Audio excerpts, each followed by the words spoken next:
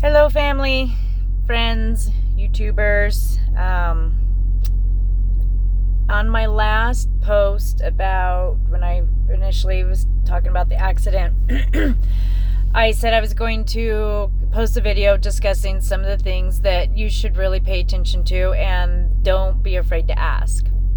So, getting on the truck with the trainer, you're just unsure of what to expect, and I've seen videos where they're like, be sure to ask your trainer this, and that. Well, those are all like household items, household concerns, like what can I bring on the truck and what are your house rules? Okay, well, what I want to know is how are we going to operate and how are we going to run? I was so excited to get on a truck and to find a trainer that would take a woman right off the bat, that I didn't care, just whatever it is, just whatever, I'll get on the truck, I'll do whatever you want me to do. But not only that, I didn't know what to ask. I didn't excuse me, I didn't know about trip planning, I didn't know hours, I didn't know schedule, I didn't know I didn't know about what happens when you get to the shipper or the receiver or the paperwork or the documents or the Qualcomm or any of that. The stuff that they don't teach you, that I didn't learn on the training pad. And that's one thing why I regret that I didn't get that PSD, the Prime Student Driver experience. Because even if it was only for a week or 10,000 miles,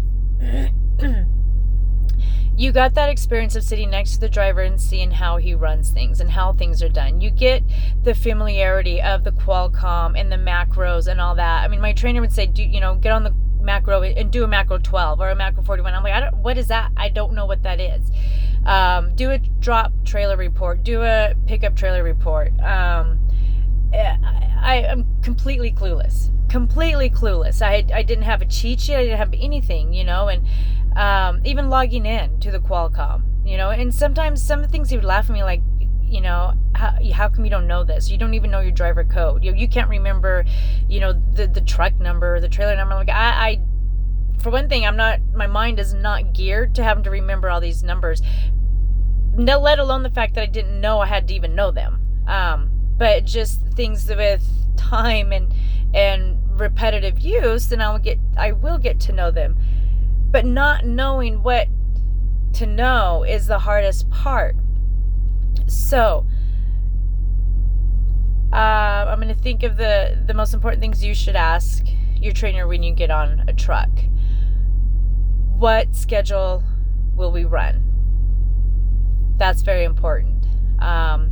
Shannon's trainer is very firm on they run 12/12s. So they run from 3 a.m. to 3 p.m. And then the other driver runs 3 p.m. to 3 a.m. Regardless of how many miles you went, how many hours you went, well, of course, within your 11 hours or 8 hours, how many deliveries you made, how many pickups you made, it doesn't matter what happens within that shift, you're responsible for that shift. So if you have to sit in a yard for 12 hours and you don't move, your shift is over and it's done. Then it goes on to the next one. That way you get in that routine of that sleeping schedule, that routine schedule. If you're driving at night all the time, then you get used to having to drive at night. And you get used to what it takes to acclimate your body for that. And to me, that has just seemed like it makes a lot more sense. With my trainer, and I adore my trainer. He's been very patient. He's probably the best matchup for me ever. I can get very emotional when I feel like someone's making me feel incompetent, because I know I'm not incompetent, but if I feel that way, then I get very emotional. So anyways, he's been really great, but he's just does things differently. And I didn't realize that there was a difference. So anyways, he pretty much runs, you run until your clock is out, and then it's the next person's turn. So that could be any time of day, any time of night, any shift. I mean, anything. Doesn't matter. If you have 8 hours to run, you're running 8 hours. There's no scheduling stops or breaks or anything like that. It just whenever, kind of fly by the seat of your pants, which is very difficult for a newbie because I'm not used to driving 8 hours or even 6 hours at a time. I mean, I literally spent 3 weeks sitting in a motel room and getting a shuttle to the training pad for 3 weeks. I didn't even get behind a wheel besides on the training pad on the truck. So it was hard to like just get on the truck and okay, now you're driving, and you have that road weariness, just all the things. So I wish I would have asked him, okay, what is our schedule so I can prepare for that. So I will know whether I'm driving starting out at 4 hours, 6 hours, 8 hours, or 11 hours, and when can I take a break, and how long can I take a break? I mean, I just drove until he told me to, okay, we're going to stop here at this exit. And then what? Do I have 10 minutes? Do I have an hour? Do I have what? So everything, I was just rush, because I didn't know. And then I'd rush, and then we'd sit there. And then he would, learn as we go, or I don't know. So it was just it wasn't a very great learning experience, because I learned in hindsight, as things were done either wrong or as we're up to that point, that issue. For example, I know I'm kind of rambling, so let me give you an example. The first time I stopped within my 8 hours, and I just stopped because I needed to use the restroom. So I pulled into the gas aisle like he always does, and I'm not even sure that this is the way that most people do it, but this is how he does it. So we rarely park unless we're parking for a couple hours. Other than that, we just pull through the gas aisle, run in, use the bathroom, door business, even if we're not fueling. So I run in, use the restroom, come back out, and then he's like, well, so now you need to pull forward, and don't only pull forward to that line. We got to wait another 12 minutes. And if you go longer, then you have to set back another 5 minutes and then do another 30 minutes. And I'm like, what?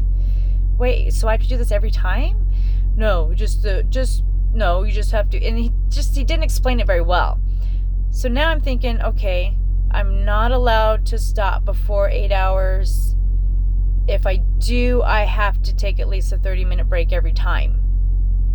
So that's where my misunderstanding, did not understand how the hour rules work.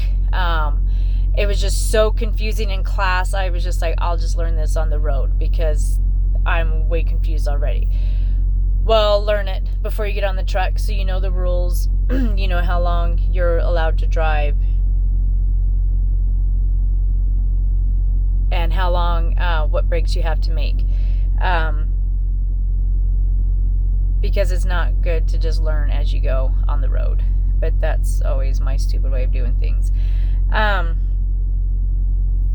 Another thing is, so you have your schedule, know your hours, know your hour rules, know your 34-hour reset and what that means. Know what, your 70-hour clock, your 14-hour clock, your 11-hour driving, your 8-hour. Learn all that. Understand it. If you don't get it in class, ask people, watch videos, ask YouTube, post questions on here. Now that I understand it, I will go into detail on how this works. And if there's any questions that anybody has, post them. I will go into detail on that certain subject.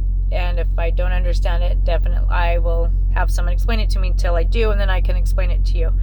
I just can't stress enough how I think sometimes we kind of get rushed through things, or we're just super excited, or we anticipate or are anxious, so we accept things and we just go. That's me anyways. If you're anything like me, take the time to know what you need to know before you get on the truck. What's another one? So the schedule, your time, know your clock rules, and then trip planning. That would be another big thing. His way of trip planning is, it's in my head. So when I first got on the truck, I asked him, oh, you have the Rand McNally, because I know a lot of people I've seen use the Garmin. Oh, that's a piece of junk. I have a Rand McNally in my head. So that's basically his trip planning. It's in my head. I've been everywhere there is. I've gone down every road. Okay, so you've been doing this for a decade. I've been doing it for 5 minutes. So the trip planning to me doesn't work when you just have it in your head. I need to know. So when I get behind that wheel, I know how far I'm going before I need to brake, when we're switching over, who's doing what when we get there, am I delivering it? So trip planning is important. Understand it. Watch some videos on trip planning on how people do it effectively. Not just get behind the wheel and drive until your 8 hours is up and then you have to stop. So then you have to find a truck stop or a rest area. You don't want to be stopping on just the side of the road anywhere. If you have 30 minutes to kill, you want to use it to get some food if you need it, to use the restroom, to freshen up, to walk around in a safe place. So that's where trip planning becomes important. And then, and when you get to where you're going, also, you don't want to be running your clock out and having to switch, in kind of an emergency way. Trip planning is important. And your maps. Know your maps. I know they keep saying get an atlas. Yes, get an atlas, but you also use every other type of tool you can have. Use your Garmin or your Rand McNally. Use your GPS on your phone. If you have another form, I use a weather map. See what the weather's going on. Look at road closures. I always try to look ahead. Well, no, I always try to look ahead and see what the terrain is going to be, what downgrade there's going to be. Know whether or not you're going through the middle of a city to avoid tolls, or if you're going on some back road in the middle of nowhere to avoid tolls. Know ahead and don't be afraid to ask. Don't be afraid to say, wait, what is this? Where am I going? After the gate incident that I ran into, I ask him now, and I wish I was more forward person, but I'm not. But I ask him now when he says we got to avoid these tolls, we're doing this way. I ask him, is this going to be another 45-mile-an-hour curvy road? I ask him, are we going down any steep grades? Things like this, so I can be prepared ahead of time. Don't be a wuss like me and be afraid to ask. Ask ahead of time. Know what you're getting into so you can prepare and plan for it. If you watched my video or read the blog about going down Cabbage Pass, I was prepared for that, so I didn't freak out. He told me when we left Idaho that we were going to have 35-mile-an-hour hairpin turns coming down off of this rim. So I was ready for it. I was probably ready for it for 3 hours before we got there. With every curve in the road, I thought, oh, this is it. But still, I was ready for it. And by the time I got to it and I started descending down that hill, I wasn't freaked out, and because I knew what was coming. So that would be my best advice right now to anybody. If you're getting into this, you're getting close to getting on a truck, be sure to ask these questions. Don't ask silly questions like, well, what can I bring on the truck? And do you have a fridge? And what are your house rules? And where are my shoes allowed? And blah, blah, blah. That's simple stuff. What you want to know and what's important is, what's my schedule going to be? Please go over the clock rules or hour rules if you don't understand them fully. Have your trainer explain that to you. Mapping and pre-tripping, and those right now I would say are the most important. Understand those. Understand what you're a team, so they're using you to make some pretty good money on this, and in turn they need to be training you accurately and correctly. So use them and tell them and ask them, I need to know, please explain this to me, and have them do it. And that's probably it for now. It's almost going on 15 minutes, and I hate these videos being over 5 minutes because I think they get dragged out. But anyways, if you watched it to the end, thank you. I hope I gave some kind of advice or information that you can find useful. If you have any questions, or if I got anything wrong, please leave a comment. Please let me know, and I'll find out, or I'll fix it. But if you have any questions, in either way, comment, let me know. Thank you for watching. Stay tuned for more.